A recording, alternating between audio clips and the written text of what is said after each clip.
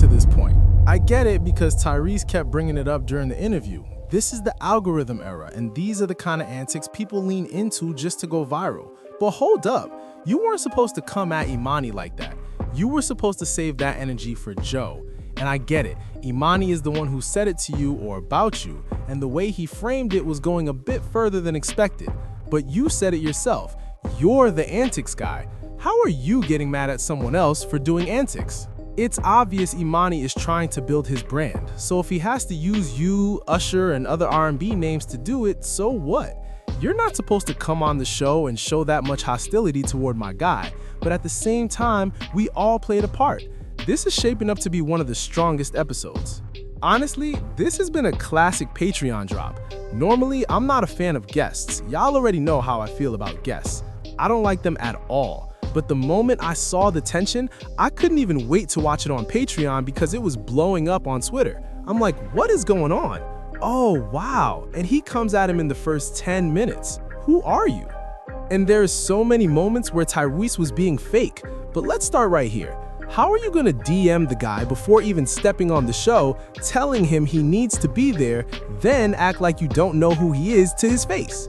So you don't know who I am, but you heard what I said on the Joe Budden Podcast enough to know my name, search me online, or DM me just to make sure I show up so you can do that.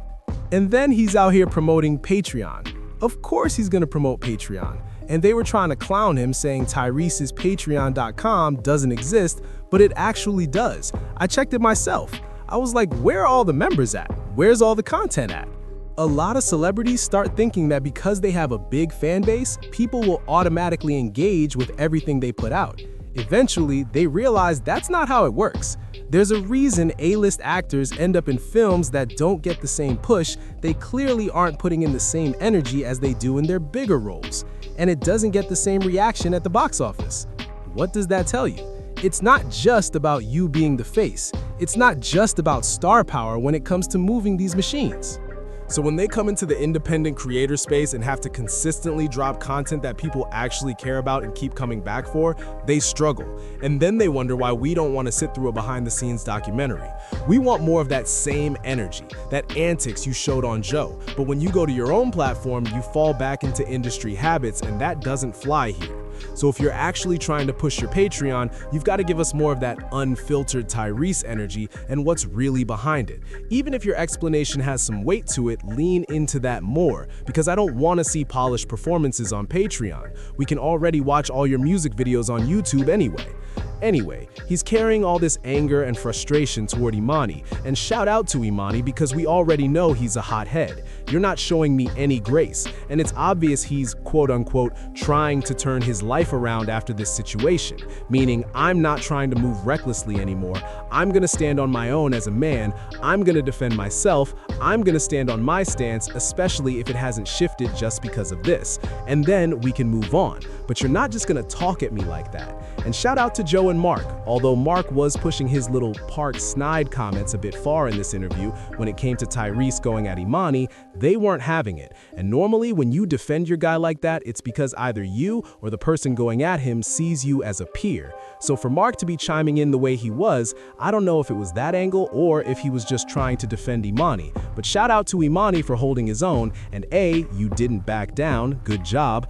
B, you're not just gonna let a celebrity talk to you crazy just because they're a celebrity. Yes, I understand you've done everything in the R&B space. I understand you've done all the movies and all that, but you're not just gonna disrespect me as an R&B singer or as a man. And now Emanny, I've seen all the talk about him being Potter of the Month, and this is coming after Adam22 said damn near the same thing.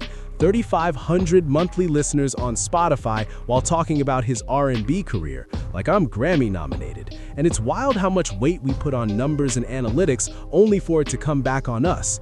Everybody wanted to point out Emanny and what he's doing, but if Emanny said anything about Tyrese's Patreon not being anywhere close to his, he would have been called sensitive. So I'm giving Emanny props. I'm giving Joe and Mark props for standing up for their guy, and shout out to Joe for letting Tyrese come on his show and get his stuff off. He already knows what the algorithm will do. So of course we're going to talk about it, and of course it's going to ripple through the community, but he didn't have to let Tyrese get his off like that.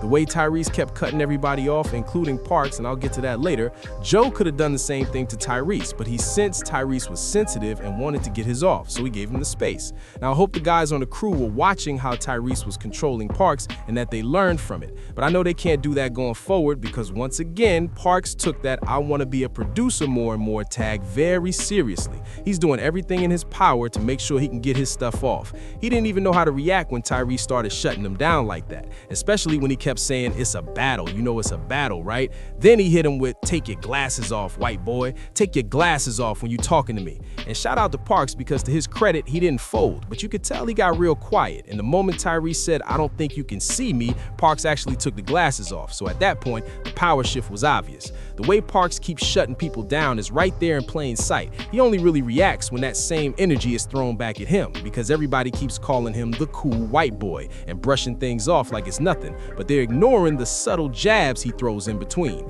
Even though people are gonna label him sensitive, Tyrese caught it instantly. "I don't know who the hell you think you are, you're not gonna talk to me like that." And notice nobody really stepped in to defend Parks in that moment. But overall, if this is the type of energy they're bringing to the JBP, things are gonna get really chaotic. And at this point, I don't even care if it helps boost everyone's platform, if the content stays this unfiltered, because Tyrese is about to get a boost from this, no question.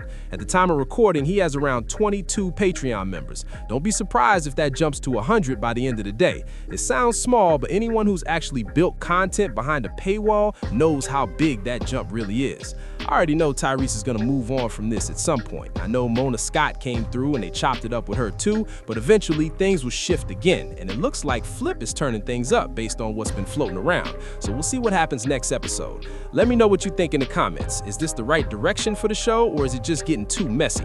Are you here for the antics, or should Tyrese have handled it differently? And I'm not done with this topic yet. Like the video. If you liked it, subscribe if you haven't already. If you have, you already know how we moving. Appreciate the support, and I'll see y'all soon.